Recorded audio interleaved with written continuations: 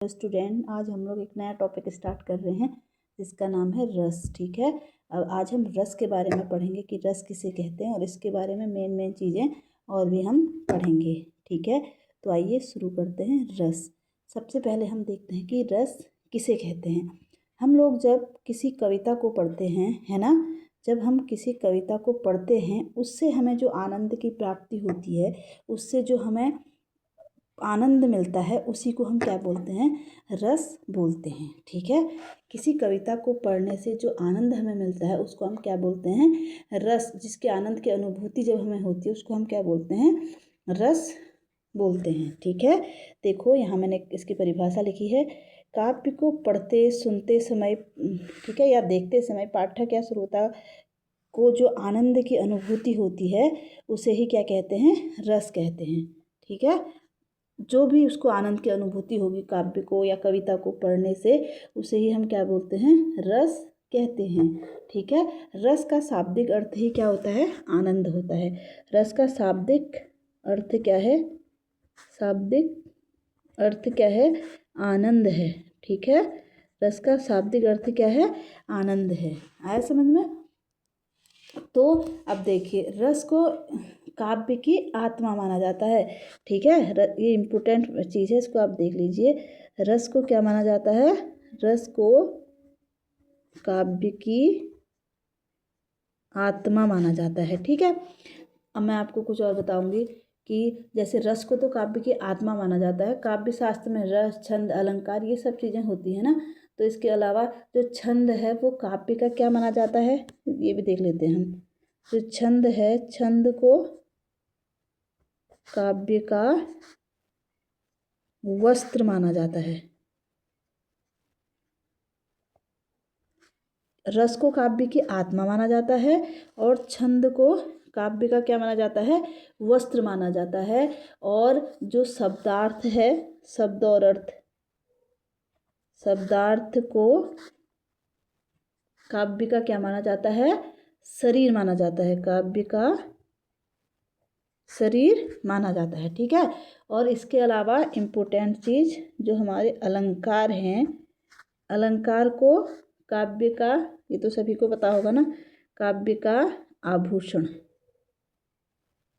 ये इम्पोर्टेंट चीज़ें हैं, आप इनको नोट कर सकते हैं। ठीक है, हमने देखा कि रस को काव्य की आत्मा माना जाता है, छंद को काव्य का वस्त्र माना जाता है और शब्दार्थ को काव्य का शरीर, अलंकार को काव्य का आभूषण माना जाता है।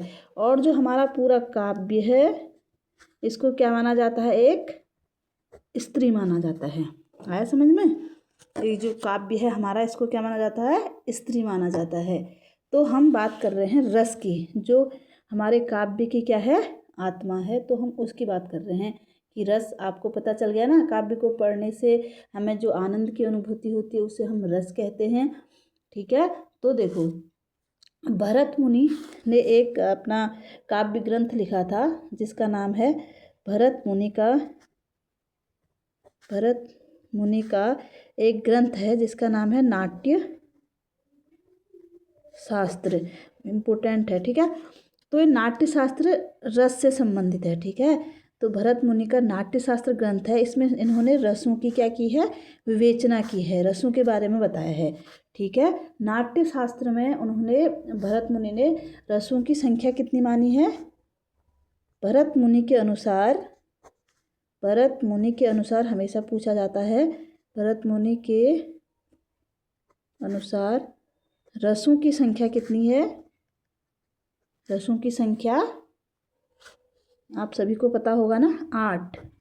भरत मुनि ने रसों की संख्या कितनी मानी है, 8 मानी है। ठीक है, और देखिए, जैसे हमारे एग्ज़ाम में क्वेश्चन आता है कि भरत मुनि ने रसों की संख्या कितनी मानी है, तो आप क्या बताओगे, 8 बताओगे। ठीक है, और हिंदी में अगर रसों की संख्या आता है तो आप क्या बताओगे, हिंदी में रसों की संख्या, तो आप क्या बताओगे, 9। ठीक है, और कुल रस अगर पूछता है तो कितने हैं, 11 रस हैं। अभी 11 रस हो गए हैं अब। ठीक है, हिंदी में वर्तमान में कितने हैं, अभी वर्तमान में रसों की संख्या वर्तमान में रसों की संख्या कितने हैं? 11 हैं। ठीक है, भरत मुनि के अनुसार 8, हिंदी में रसों की संख्या 9, वर्तमान में रसों की संख्या 11। अभी कितने हैं? 11 हैं। देखो भरत मुनि ने 8 रस बताए थे ना। नवा रस जो है मैं आपको रस सारे बताऊंगी कि कौन कौन से हैं। अभी हम नवा रस देखते हैं पहले। जो नवा रस है ना, नवा रस कौन सा है? शांत रस है। ठीक है, नवा रस कौन सा है? शांत रस है, जिसको किसने प्रतिपादित किया था? अभिनव गुप्त ने किया था। ठीक है, नवा रस क्या है? शांत रस है। भरत मुनि ने तो 8 बताए हैं, लेकिन नवा रस क्या है? शांत रस है। और इसको किसने प्रतिपादित किया था? अभिनव गुप्त ने इसको प्रतिपादित किया था। ठीक है, उसके बाद 10वां रस। 10वां रस कौन सा है? 10वां रस है आपका वात्सल्य रस। कौन सा है? वात्सल्य। वात्सल्य। ठीक है, वात्सल्य रस जिसको किसने प्रतिपादित किया था? आचार्य विश्वनाथ ने प्रतिपादित किया था। इसको किसने प्रतिपादित किया था? विश्वनाथ ने। और हमारा 11वां रस कौन सा है? हमारा 11वां रस है भक्ति रस। कौन सा?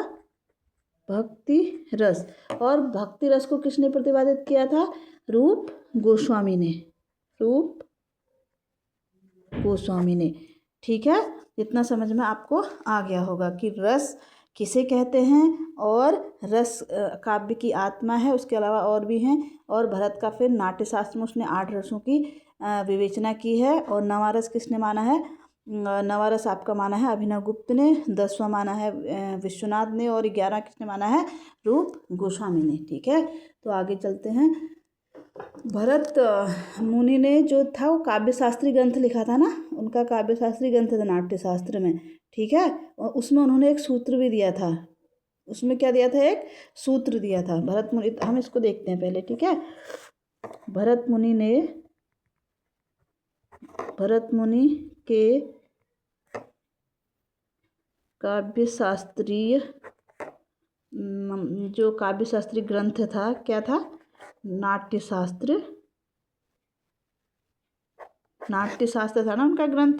उसमें उन्होंने क्या दिया था? एक सूत्र दिया था रस की निष्पत्ति का। ठीक है, भरत मुनि का रस सूत्र क्या है? ये पूछा जाता है एग्जाम में।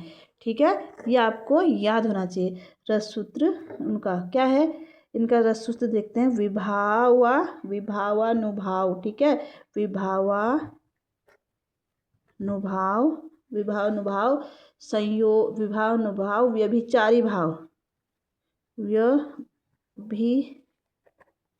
व्यभिचारी भाव।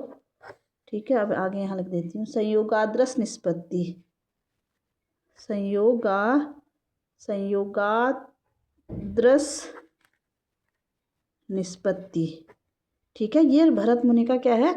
रस सूत्र है। इसका मतलब विभाव अनुभाव व्यभिचारी भाव के संयोग से क्या होती है? रस की उत्पत्ति होती है, रस की निष्पत्ति होती है। ठीक है, देखो भरत मुनि ने इसमें देखो विभाव अनुभाव व्यभिचारी भाव, इसमें आपको कितने दिख रहे हैं? विभाव अनुभाव व्यभिचारी भाव 3 दिख रहे हैं ना। लेकिन इसमें 3 नहीं है, इसमें संचारी भाव भी है, लेकिन इसमें दिया नहीं हुआ है। ठीक है, आपको ये ध्यान रखना है। इसमें संचारी भाव भी होता है। ठीक है, लेकिन उन भरत मुनि ने इसमें दिया नहीं है, लिखा नहीं है। विभाव अनुभाव और व्यभिचारी भाव है, लेकिन इसमें संचारी भाव की भी बात कही गई है कि इससे रस की निष्पत्ति होती है। ठीक है, भरत मुनि के रस सूत्र में अगर पूछता है कि इसमें संचारी भाव की बात कही गई है नहीं, तो आप क्या बोलोगे? हाँ, इसमें संचारी भाव की बात कही गई है। चारों चीज़ों की बात कही गई है, लेकिन इसमें लिखा हुआ नहीं है।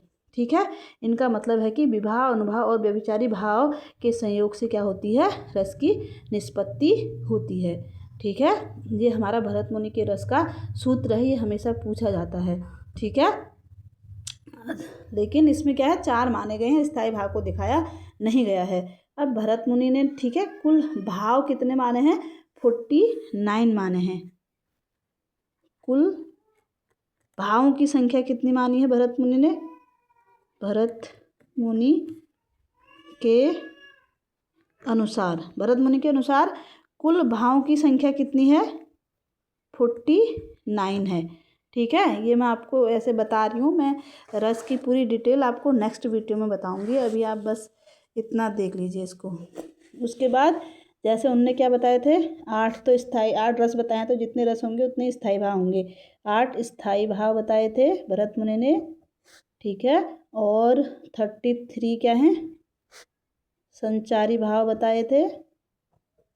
और 8 क्या बताए थे, सात्विक भाव बताए थे, ठीक है। तो ये है। और इसके अलावा रस को हम ब्रह्मानंद सहोदर भी कहा जाता है, यानी कि ब्रह्मा का भाई के रूप में भी रस को कहा जाता है। आनंद भी कहा जाता है और आस्वादन भी इसको कहा जाता है। रस हमारा 2 प्रकार का हो सकता है, सरस और नीरस। जैसे हम किसी काव्य को पढ़ते हैं ना, रस 2 प्रकार का हो सकता है, ठीक है। 2 प्रकार का। मैं आपको रस के बारे में जो जो मेन टॉपिक है उसको क्लियर कर रही हूँ, ठीक है, ताकि आपको रस में कोई भी डाउट ना हो। इसके बाद हम रस को डिटेल से पढ़ेंगे। रस 2 प्रकार का होता है, देखने ना। रस कितने प्रकार का होता है, 2 प्रकार का होता है। एक तो होता है हमारा सरस, सरस, ठीक है। और दूसरा क्या होता है, नीरस होता है। आया समझ में? एक सरस होता है और एक नीरस होता है। कभी हम किसी कविता को पढ़ते हैं, किसी से हमारे मन में क्या होता है, प्रेम का भाव उत्पन्न होता है। और किसी ऐसे सेंटेंस को पढ़ेंगे, किसी ऐसी कविता को पढ़ेंगे जिससे हमें गुस्सा आता है ना, हमें डर का भाव आता है। तो यही होता है हमारा, ठीक है। वैसे दोनों टाइप के भाव आते हैं इसमें, ओके। तो इसकी नेक्स्ट वीडियो हम कल बनाएंगे, रस की पूरी डिटेल में वीडियो, ओके। Thank you.